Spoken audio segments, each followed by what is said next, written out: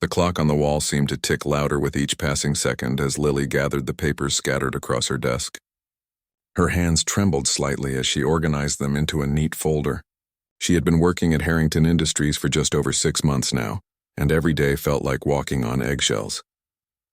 Lily checked her watch and felt her heart rate quicken. The morning meeting with Ms. Harrington was in 15 minutes, and she still needed to print the updated sales reports.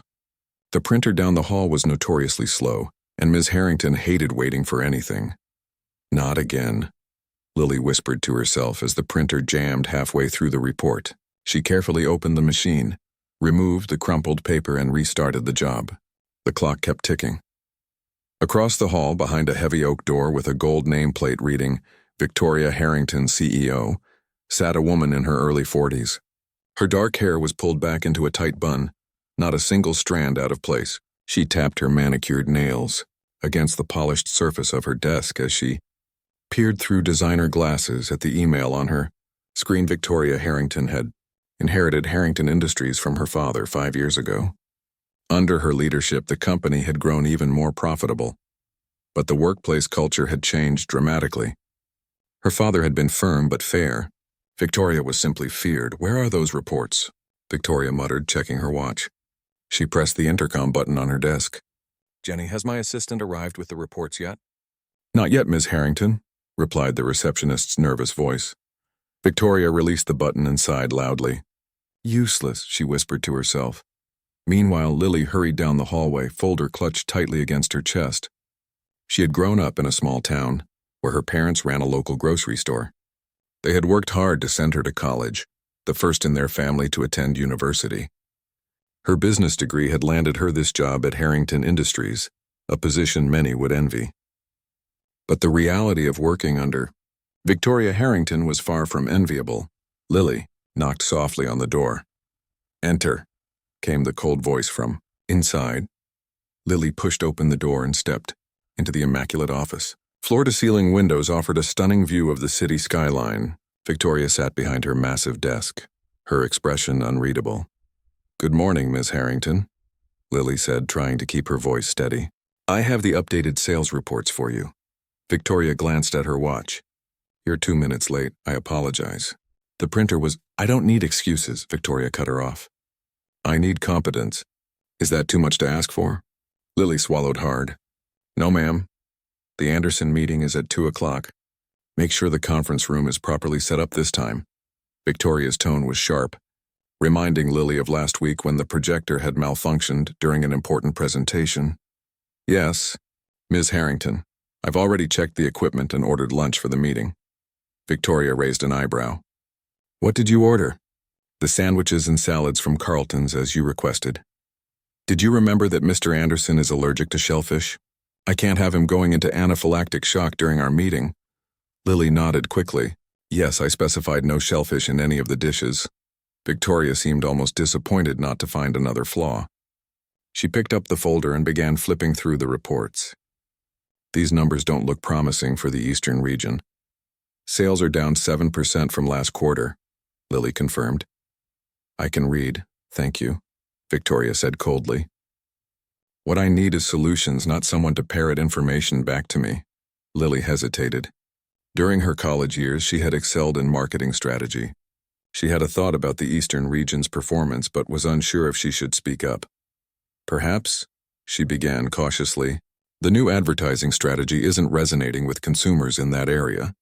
The demographics skew older there compared to our other markets." Victoria looked up, her expression a mix of surprise and irritation. "Are you suggesting my marketing team doesn't know what they're doing?" "No, not at all," Lily backpedaled quickly. "Just making an observation based on the data." Victoria stared at her for a long, uncomfortable moment. "Know your place, Lily. You were hired to assist me, not to give business advice. When I want your opinion, I'll ask for it." The words stung, but Lily kept her expression neutral. "Of course. I apologize. That will be all." Victoria dismissed her with a wave of her hand. "Close the door on your way out." Back at her desk, Lily took a deep breath. Her coworker Tom gave her a sympathetic look from across the room. Tom had been at Harrington Industries for nearly 3 years and had seen many assistants come and go before Lily. "Dragon lady on the warpath this morning?" he whispered when she sat down. Lily gave a small nod, careful not to be overheard. Victoria had fired people for less. You're doing better than most, Tom assured her. Her last assistant lasted 4 months. You've made it to 6. Lucky me, Lily replied with a weak smile. The truth was, she needed this job. The salary was good, and the experience at a prestigious company like Harrington Industries would look excellent on her resume. She just had to survive working for Victoria long enough to move up or move on. The office phone rang and Lily picked it up immediately. Lily, come to my office. Bring your notepad, Victoria's voice commanded. Before hanging up without waiting for a response, Tom mouthed good luck as Lily grabbed her notepad and hurried back to Victoria's office. Victoria was standing by the window when Lily entered, looking out at the city below as if surveying her kingdom. The charity gala is in 3 weeks, she said without turning around. I need you to coordinate with the event planner. Everything must be perfect. The annual Harrington Industries Charity Gala was the biggest event of the year. It was Victoria's chance to showcase the company's success to competitors, clients, and the city's elite. Yes, Ms. Harrington, I'll contact Mrs. Reynolds today. Don't just contact her. I want you personally involved in every detail. The guest list, the menu, the decor. Nothing gets approved without going through me first. Of course. Victoria finally turned to face her. This year I want something different for the entertainment. Something memorable. I can research some options, Lily offered. Do that, but nothing cliché. No jazz bands or string quartets. Everyone does those. Victoria returned to her desk and sat down. I want our guests to remember this night. As Lily jotted down notes, Victoria studied her. That outfit is barely acceptable for office wear, she commented. If you're going to be coordinating with high-end vendors for the gala, you might want to consider upgrading your wardrobe. Lily glanced down at her navy blue dress. She had bought it on sale and thought it looked professional. I'll keep that in mind, she replied, trying to keep the hurt from her voice. It's for your own good, Victoria said, her tone suggesting she was being generous with this advice. No one takes you seriously when you look like you shop at discount stores. Lily bit her tongue. Her modest salary after paying rent and student loans didn't leave much for designer clothes. Now, about the Anderson meeting, Victoria continued, apparently bored with the topic of Lily's fashion shortcomings. I need you to pull the files from the last 3 meetings. I want to review them before 2 o'clock. Right away, Lily said, standing up to leave. Oh, and Lily, Victoria called as she reached the door. I noticed you have a photo of a piano on your desk. Do you play? The question caught Lily off guard. It was the first personal question Victoria had ever asked her. I used to, she answered truthfully, when I was younger. Interesting, Victoria said, though her tone suggested it was anything but. That's all. Back at her desk, Lily stared at the small framed photo.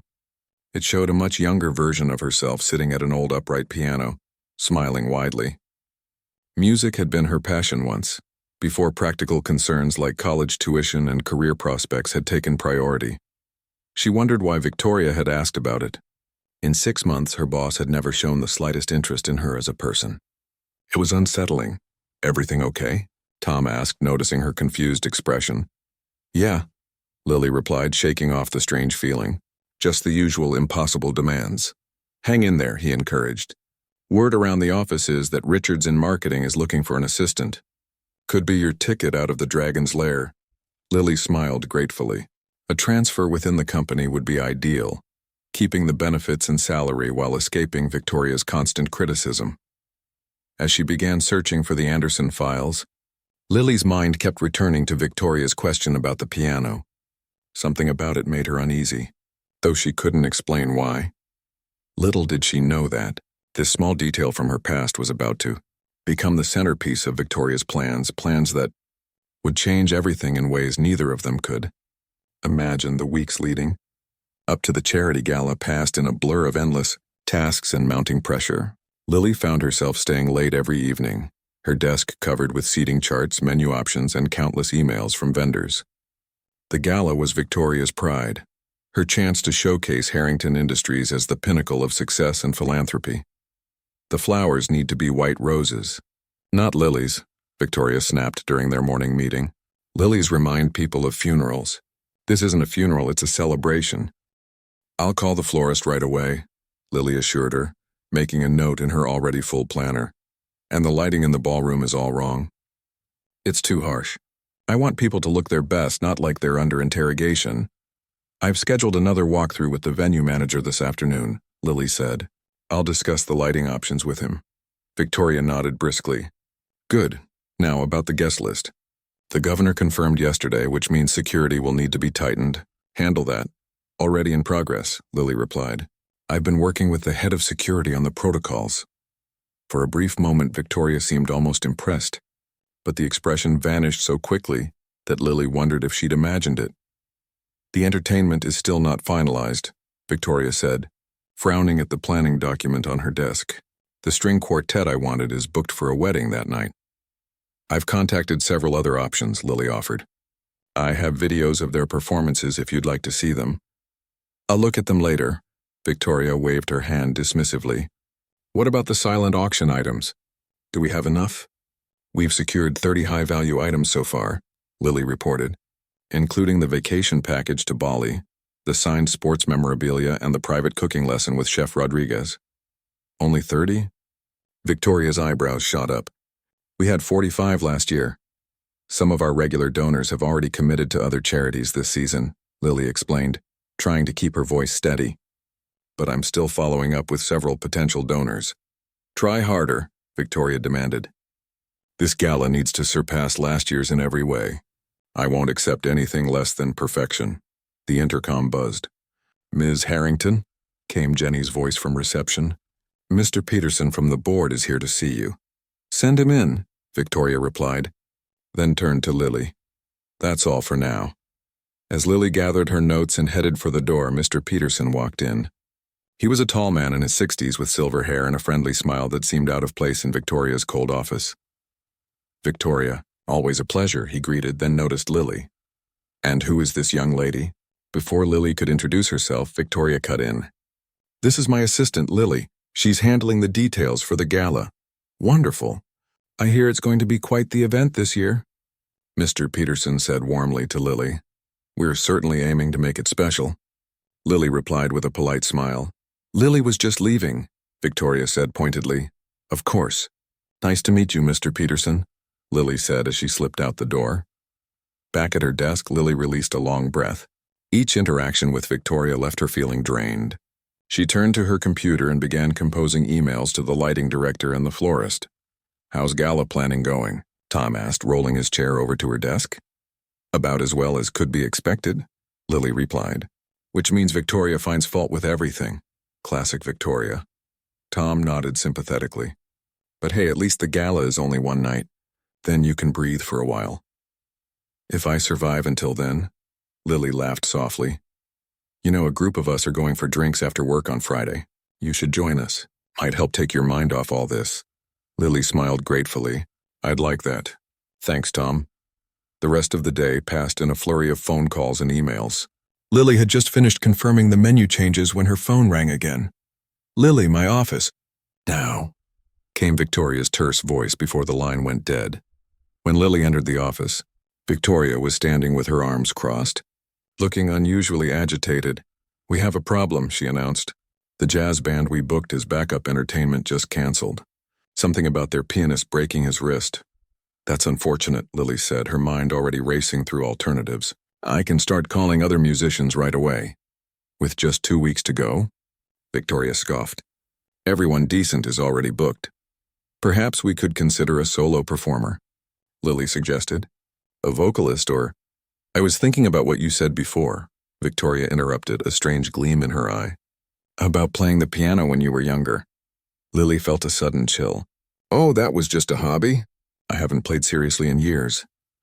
But you did play, Victoria pressed. How long? About 8 years, Lily admitted reluctantly. From age 7 to 15. And you were good? Victoria was watching her intently now. I was adequate, Lily said carefully. My teacher thought I had some talent, but it was never anything professional. Victoria walked slowly around her desk, a smile spreading across her face that made Lily deeply uncomfortable. I think I've found our solution, she announced. What do you mean? Lily asked, though she was beginning to suspect the answer. You'll play at the gala. Victoria declared. It's perfect. We need entertainment. You can play the piano. Problem solved. Lily felt the blood drain from her face. Miss Harrington, I really don't think that's a good idea. I haven't played in over a decade. I wouldn't be anywhere near the caliber of musician your guests would expect. Nonsense. Victoria waved away her objection. It's like riding a bicycle. It comes back to you. But I don't even have sheet music or time to practice and details. Victoria cut her off. The hotel has a grand piano already in place. I'll have Jenny find you some suitable sheet music. You can practice during your lunch breaks. But this isn't a request, Lily. Victoria's voice hardened. This is what I need from you. Unless you don't value your position here? The threat was thinly veiled. Lily swallowed hard. Of course I do. Good. Victoria smiled, clearly pleased with herself. I'll announce it at tomorrow's staff meeting. Harrington Industries showcases employee talent. It has a nice ring to it, don't you think? Lily couldn't find her voice to respond. That will be all. Victoria dismissed her, already turning back to her computer. Lily walked back to her desk in a daze. The thought of playing piano in front of hundreds of people, wealthy clients, board members, even the governor, made her stomach turn. She hadn't touched a piano since her parents sold their old upright to help pay for her first year of college tuition. You look like you've seen a ghost, Tom commented when she sat down heavily in her chair. Worse, Lily whispered. Victoria wants me to play the piano at the gala. Tom's eyes widened. You play piano? I used to years ago, Lily said, still stunned by what had just happened. I have that old photo on my desk, and she noticed it a few weeks back. Now the entertainment has canceled, and she's decided I'm the replacement. That's insane, Tom said. She can't force you to perform. She made it pretty clear that my job depends on it, Lily replied, her voice shaking slightly. Tom glanced toward Victoria's closed door and lowered his voice. You know why she's doing this, right? Lily looked at him questioningly. She wants to humiliate you, he said bluntly. She does this. Finds ways to put employees in uncomfortable positions for her own entertainment. Last year's assistant had to sing happy birthday to her in front of the entire office. The poor guy couldn't carry a tune to save his life. The realization hit Lily like a punch to the gut. Of course that was Victoria's plan. She didn't expect Lily to play well. She wanted her to fail spectacularly in front of everyone who mattered. What am I going to do? Lily whispered, more to herself than to Tom. Quit? Tom suggested. It might be better than public humiliation, but Lily couldn't quit. She needed this job, needed the reference, needed the experience on her resume, and something else stirred inside her, a flicker of determination. No, she said finally, straightening her shoulders. I'm not going to give her the satisfaction. So what then? Lily took a deep breath. I guess I need to find a piano to practice on. The community center 3 blocks from Lily's apartment building had a battered upright piano tucked away in a corner of their multi-purpose room. The director, a kind-faced woman named Mrs. Garcia, had been sympathetic to Lily's situation. You can practice during our off hours, she had offered. Just sign in at the front desk. So every evening after work and during her lunch breaks when she could slip away, Lily found herself sitting on the worn piano bench, fingers hovering uncertainly over the yellowed keys. The first time she tried to play, it was disastrous. Her fingers felt stiff and clumsy, hitting wrong notes and stumbling over once familiar patterns. The beautiful melodies she remembered from her youth came out disjointed and harsh. This is hopeless, she muttered to herself, fighting back tears of frustration. But she returned the next day and the day after that. Slowly, her muscle memory began to awaken. The simple scales and exercises she had once practiced daily started to flow more naturally. It wasn't good, far from the level that would impress Victoria's wealthy guests. But it was progress. Meanwhile, at work, Victoria had wasted no time in announcing Lily's upcoming performance to the entire office.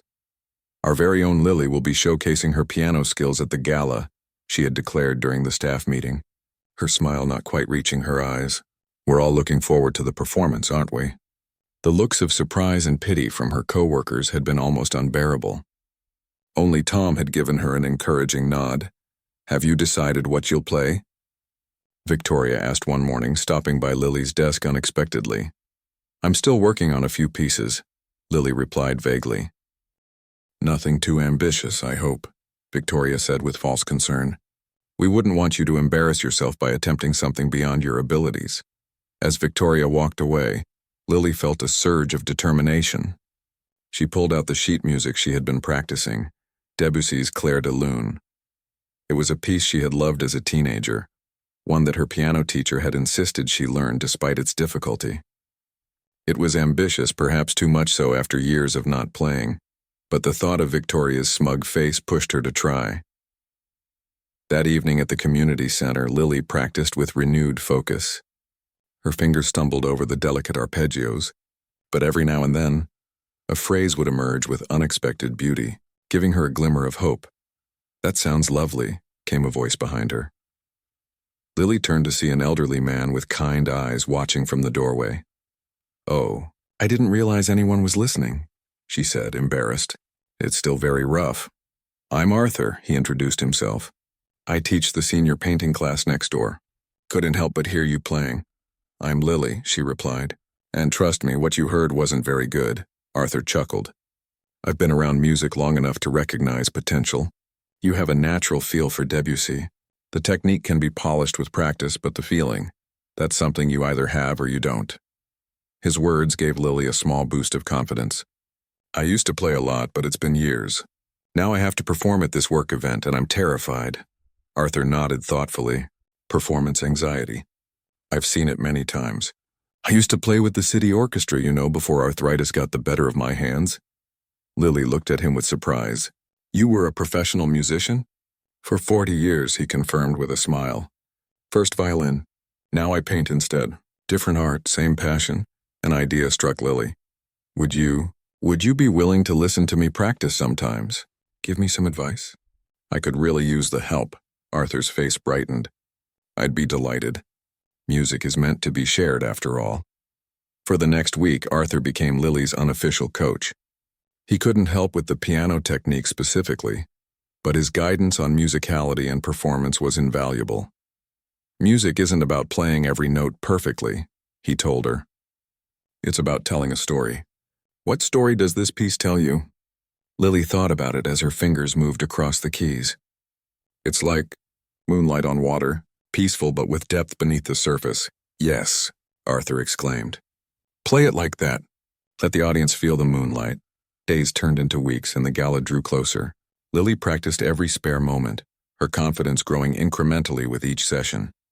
The piece was still challenging, but now she could play through it without major mistakes, and some passages were beginning to sing with genuine emotion. At work, Victoria had grown increasingly irritated by Lily's calm demeanor. "I hope your piano playing is coming along," she remarked coolly. "The guest list has grown to over 300 people. The governor is bringing his entire staff, and several major news outlets will be covering the event." Lily felt her stomach drop. "News outlets?" "Of course," Victoria smiled. "It's excellent publicity for the company's charitable work. I've made sure they know about our employee talent showcase." That night, Lily practiced until her fingers ached, then practiced some more. Arthur sat quietly in the corner, listening. "You're pushing too hard," he finally said. "Your muscles are tense. The music becomes mechanical when you're anxious." "How can I not be anxious?" Lily asked, exasperated. "My boss is setting me up to fail in front of hundreds of people and the press." Arthur moved to sit beside her on the bench. "May I?" he asked, gesturing to the piano. Lily nodded and moved aside. Despite his gnarled fingers, Arthur played a simple, beautiful melody. "When I had my first major solo with the orchestra, I was terrified. My teacher gave me advice I've never forgotten. She said, when you walk on stage, find one person in the audience. Just one, and play for them." "Did it work?" Lily asked. "It did," Arthur smiled. "I chose my mother. I couldn't even see her in the bright lights, but knowing she was there, believing in me, I played for her, not for the critics or the conductor or anyone else." Lily considered this. "But I don't have anyone coming to the gala." "Then play for yourself," Arthur suggested. "Or play for that teenage girl who loved this music enough to learn it in the first place." The day of the gala arrived with a flurry of last-minute details. Lily had barely slept the night before, running through the piece in her mind over and over. She arrived at the office early, already fielding calls from vendors and checking final arrangements. The red carpet needs to be extended to the curb, Victoria instructed as she breezed past Lily's desk. And make sure the champagne is properly chilled this time. Lily nodded, making notes while simultaneously answering an email from the catering company. Oh, and Lily? Victoria turned back. I've arranged for you to have 30 minutes on the piano before guests arrive. Don't be late. It was the closest thing to consideration Victoria had ever shown her. Lily blinked in surprise. Thank you, Miss Harrington. Victoria's smile was enigmatic. We want you at your best, don't we? As the day progressed, Lily's anxiety mounted. By late afternoon, she was at the hotel, overseeing the final setup while the event staff bustled around her. The ballroom was transformed with elegant decorations, twinkling lights, and elaborate floral arrangements. And there, on a small stage at the front of the room, stood a gleaming black grand piano. Lily approached it cautiously, almost reverently. It was far superior to the community center's old upright. She gently lifted the cover and played a single note. The sound resonated with a clarity and richness that made her catch her breath. It was just tuned this morning, said a staff member as he arranged chairs nearby. Lily thanked him and sat down on the bench. She placed her hands in position and began to play, softly at first. Then with growing confidence as the beautiful instrument responded to her touch. For a few precious minutes, she forgot about Victoria and the gala and the pressure. She was simply lost in the music and the moonlight on water that Debussy had captured so perfectly. When she finished the piece, she sat in silence, savoring the moment of connection with the piano. A slow clapping broke her reverie. She turned to see Victoria standing at the entrance to the ballroom, watching with an unreadable expression. Well, Victoria said, walking towards her. That was unexpected. Lily stood up quickly. I was just warming up. Indeed. Victoria looked her up and down critically. You should get ready. The hair and makeup team is waiting for you in the preparation room. I've arranged appropriate attire as well. Attire? Lily questioned. You didn't think I'd let you perform in whatever you brought from home, did you? Victoria's tone was dismissive. This is a Harrington event. Everything must be perfect. As Lily followed Victoria out of the ballroom, she couldn't shake the feeling that something had changed in her boss's demeanor. The plan to humiliate her suddenly seemed less certain, and that uncertainty was almost more frightening than the performance itself. The preparation room buzzed with activity, as stylists worked on various staff members who would be assisting with the gala. When Lily entered, a slim woman with purple-tinted glasses immediately approached her. You must be the pianist, she said, looking Lily up and down with a professional eye. I'm Diane, head of the styling team. We don't have much time. Before Lily could respond, she was whisked into a chair. One person started working on her hair, while another began applying makeup. It was surreal, like something from a movie, not the life of an underpaid executive assistant. Ms. Harrington selected this for you, Diane said, unveiling a midnight blue gown with subtle silver accents. It was stunning and likely cost more than 3 months of Lily's rent. There must be some mistake, Lily stammered. I couldn't possibly. There's no mistake, Diane cut her off. Ms. Harrington was very specific. She wants you to look the part. The part of what? Lily wondered. A sacrificial lamb dressed for slaughter? Yet as the stylist worked their magic, transforming her everyday appearance into something elegant and poised, another thought crept in. What if Victoria wasn't setting her up to fail? What if this was something else entirely? The thought was so unexpected that Lily almost laughed. Of course, Victoria wanted her to fail. That had been clear from the beginning. The fancy dress and professional styling were just part of the show, making the inevitable humiliation all the more dramatic. An hour later, Lily barely recognized herself in the mirror. Her hair was swept up in a classic updo, her makeup subtle but enhancing. The gown fit perfectly as if it had been made for her. One final touch, Diane said, fastening a delicate silver bracelet around Lily's wrist. Ms. Harrington said you might need a little good luck charm. Lily examined the bracelet, a simple silver chain with a tiny piano charm. It was tasteful and elegant, nothing like the flashy jewelry Victoria herself wore. The gesture confused Lily even more. A knock at the door interrupted her thoughts. 5 minutes until doors open, a staff member called. Lily's heart began to race. This was really happening. In just a short time, she would be sitting at that grand piano, playing for hundreds of people who had paid thousands of dollars to attend this prestigious event. "Remember to breathe," Diane advised, seeming to sense Lily's panic. "Everyone gets stage fright." "Even the professionals." Lily nodded gratefully and made her way back to the ballroom. She could hear the staff making final preparations. The clinking of glasses as bartenders set up their stations. The murmur of the catering team reviewing last-minute details. The grand piano waited on the small stage, illuminated by a soft spotlight. Lily approached it slowly, careful not to trip in her unfamiliar formal shoes. She sat down on the bench and placed her hands on the keys, not playing, just feeling the cool ivory beneath her fingertips. "Play for yourself," she whispered, remembering Arthur's advice. "Play for the girl who loved this music. The doors would be opening soon." Victoria had arranged for Lily to perform about an hour into the event, after guests had arrived and had some time for drinks and mingling, but before the formal dinner began. It was prime time, when everyone would be present and attentive. Lily closed her eyes and began to play softly, running through the most difficult passages of Clair de Lune, one last time. Despite her nervousness, her fingers moved with newfound confidence, the hours of practice evident in each flowing phrase. "That actually sounds decent."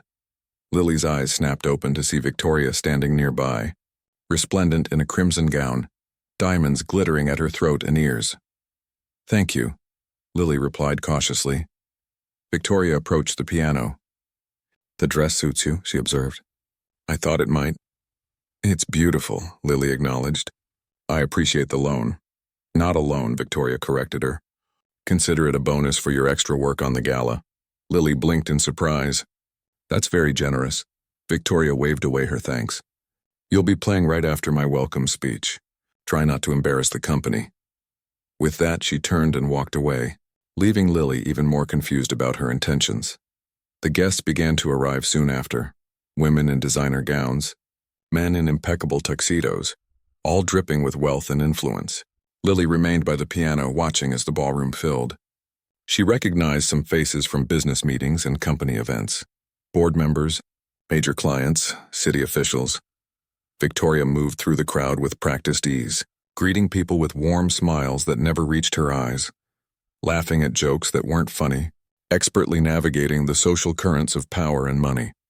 Tom arrived with the other staff members who had been invited to attend, rather than work the event. He spotted Lily and did a double-take. "Wow," he said, approaching the piano. "You look incredible." "Thanks," Lily smiled nervously. "I feel like I'm in disguise." "How are you holding up?" he asked quietly. "Terrified," she admitted. "But there's no backing out now." Tom glanced around to make sure no one was listening. "Whatever happens, we're all behind you. Victoria doesn't speak for the whole company." His support meant more than he could know. "Thanks, Tom." A microphone tapped and the room quieted as Victoria took the small stage. "Good evening, distinguished guests and friends," she began, her voice smooth and confident. "Welcome to the annual Harrington Industries Charity Gala." She launched into her carefully crafted speech about the company's commitment to giving back to the community, the specific charities that would benefit from tonight's fundraising, and the legacy of philanthropy established by her father. "And now," she said, wrapping up, "we have a special treat. One of our own talented staff members will perform for us. Please welcome Lily Chen." The spotlight swung to where Lily sat at the piano. There was a polite smattering of applause as she took a deep breath and adjusted the microphone. "Good evening," she said softly, surprised at how calm her voice sounded. "I'll be playing Claude Debussy's Clair de Lune." She placed her hands on the keys, closed her eyes for just a moment and began to play. The first notes rang out clear and delicate, like drops of water in a still pond. For a few terrifying seconds, Lily was acutely aware of every person watching her. Of Victoria standing off to the side, of the expensive dress and unfamiliar jewelry. Then, something shifted. The music took over, carrying her away from the gala, from Victoria's machinations, from her own fears. She wasn't playing for the wealthy audience or her demanding boss. She was playing for herself, for the joy this piece had once brought her, for the hours of practice at the community center, for Arthur and his gentle encouragement. Her fingers moved with increasing confidence, drawing out the melody that evoked moonlight on water. The room faded away until it was just Lily and the piano. having a conversation only they understood. When she reached the climax of the piece, building to its most emotional passage, she finally dared to open her eyes. The ballroom was completely silent. Every face turned toward her with expressions of surprise and genuine appreciation. In the corner, she spotted Arthur, whom she had placed on the guest list as her personal guest.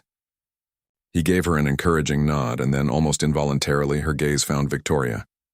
Her boss stood frozen, champagne glass halfway to her lips, an expression of utter astonishment on her face. It wasn't the smug satisfaction of someone whose plan to humiliate had succeeded, nor was it the anger of someone whose plan had failed. It was genuine shock, as if Victoria was seeing Lily for the first time. The final gentle notes of the piece floated through the room. For a moment there was complete silence. Then the applause began, hesitant at first, then building to enthusiastic appreciation. Someone called "Bravo" from the back of the room. Lily rose from the piano bench and gave a small bow, her heart pounding with adrenaline and relief. As she stepped down from the stage, people approached her with compliments and questions. "That was extraordinary," said an older gentleman, shaking her hand firmly. "Have you studied professionally? Where do you perform regularly?" asked a woman dripping in pearls. "No, I'm just an assistant," Lily explained, somewhat bewildered by the attention. "I haven't played in years, actually." "Could have fooled me," the man replied with a warm smile. "I'm Richard Winters, by the way. I serve on the board of the City Symphony. We're always looking for fresh talent for our community outreach program." Lily was about to respond when she felt a hand on her arm. Victoria stood beside her, her expression unreadable. "I see you've met our pianist," Victoria said to Richard. "Lily has many hidden talents we're just beginning to discover." Richard nodded. "Indeed. You're fortunate to have such gifted employees, Victoria." "Yes," Victoria agreed, her grip tightening slightly on Lily's arm. "Very fortunate." The rest of the gala passed in a blur for Lily. People she had only seen in passing at the office or in business meetings now approached her with warm smiles and genuine interest. Even the governor had complimented her performance, calling it the highlight of the evening. Victoria remained close by, her attitude toward Lily shifting in subtle ways. The coldness was still there, but now mixed with something else, a grudging respect perhaps, or simple confusion that her plan had backfired so spectacularly. "You didn't mention you were quite so accomplished," Victoria said during a brief moment when they were alone near the dessert table. "I'm not really," Lily replied honestly. "I just practiced hard these past few weeks." Victoria studied her with narrowed eyes. "You're full of surprises, aren't you?" Before Lily could respond, Richard Winters approached them again, this time with an elegant older woman on his arm. "Ms. Harrington, Ms. Chen," he greeted them. "I'd like you to meet my wife, Elaine. She's the director of our foundation's arts program." Victoria immediately switched to her charming public persona. "Mrs. Winters, it's a pleasure. Your husband has been one of our most valued board members." "The pleasure is mine," Elaine replied with a warm smile before turning to Lily. "Your performance was beautiful. Richard tells me you haven't played in some time." "About 10 years," Lily admitted. "That makes it even more impressive," Elaine said. "Natural talent like yours shouldn't go to waste." "I agree completely," Richard added. "Which is why I wanted to discuss something with both of you." He looked between Lily and Victoria. "Our foundation has recently expanded our music education program for underprivileged youth. We're looking for someone to coordinate it, part-time, someone with both administrative skills and a genuine understanding of music." Lily felt her heart skip a beat. "It sounds like you're trying to poach my assistant." "Richard," Victoria said, her voice pleasant but with an edge. Richard chuckled. "Not poach exactly. More like borrow. The position is part-time, 3 days a week. I thought perhaps Harrington Industries might be willing to spare Ms. Chen for the other 2 days, as part of your company's community outreach efforts." Victoria's smile remained fixed in place, but Lily could see the calculation happening behind her eyes. "It's an interesting proposal," Victoria said finally. "We should discuss it further." "Wonderful," Elaine beamed. "We're hosting a benefit concert next month to showcase some of our scholarship recipients. Perhaps Ms. Chen would consider performing as well. It would be inspiring for the children to see someone who rediscovered their love of music as an adult." The evening wound down, guests gradually departing with air kisses and handshakes. Lily felt exhausted but strangely elated. The performance that was meant to be her humiliation had somehow transformed into something else entirely. Arthur found her as she was sitting at a quiet table, resting her feet. "You were magnificent," he said, sitting down beside her. "I knew you had it in you." "I couldn't have done it without your help," Lily told him sincerely. "Nonsense. The music was already in you.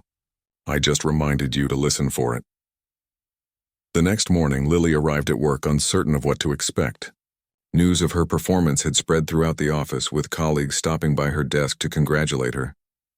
Tom gave her a thumbs up as she passed his desk. At precisely 9:30, Victoria's voice came over the intercom. "Lily, my office."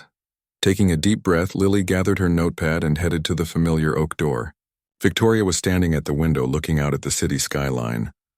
"Close the door," she said without turning around. Lily did as instructed, then waited quietly. The silence stretched between them. "I've been thinking about Richard's proposal," Victoria finally said, turning to face Lily. "It presents an interesting opportunity for the company." "For the company?" Lily repeated cautiously. Victoria sat at her desk, her posture perfect as always. "Harrington Industries has been looking to expand our philanthropic footprint. A partnership with the Winters Foundation would be advantageous." Lily nodded, still uncertain where this was heading. "However," Victoria continued, "it would mean restructuring your position here." Here it comes, Lily thought.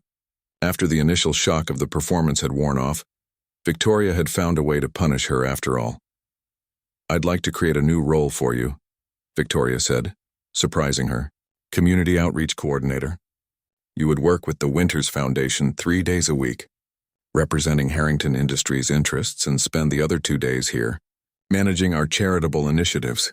Lily stared at her in disbelief. "You want to promote me?" "It's a lateral move," Victoria corrected quickly. "Same salary grade, different responsibilities." "I see," Lily said, trying to process this unexpected turn of events.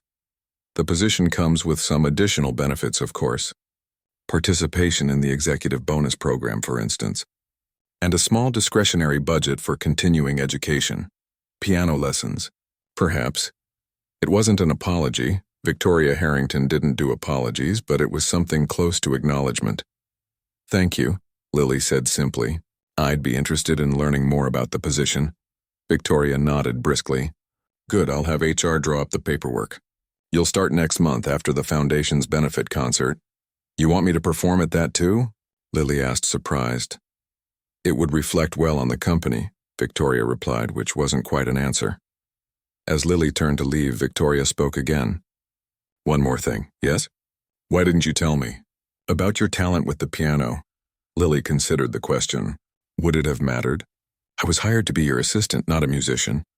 "It might have," Victoria said, something unreadable in her expression. "People are often more than what they seem on paper."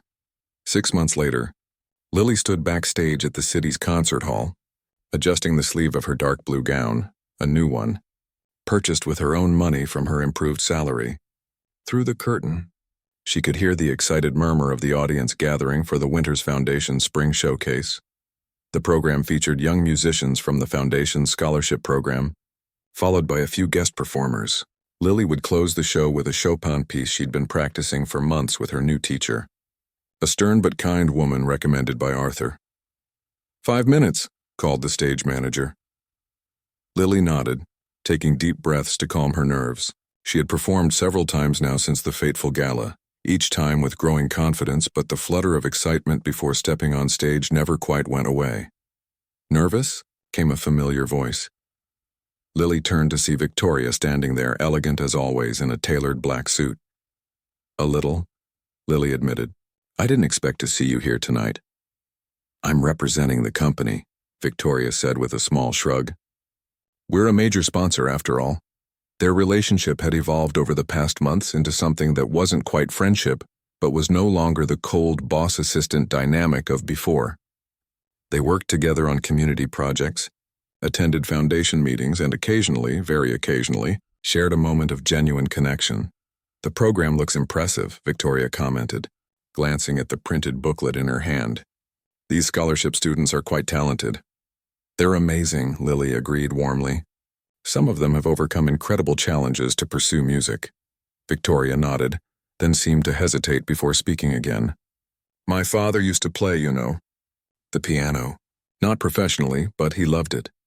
It was perhaps the most personal thing Victoria had ever shared with her. Is that why you have that small piano sculpture on your desk? Lily asked. Yes, Victoria said, looking surprised that Lily had noticed. It was his.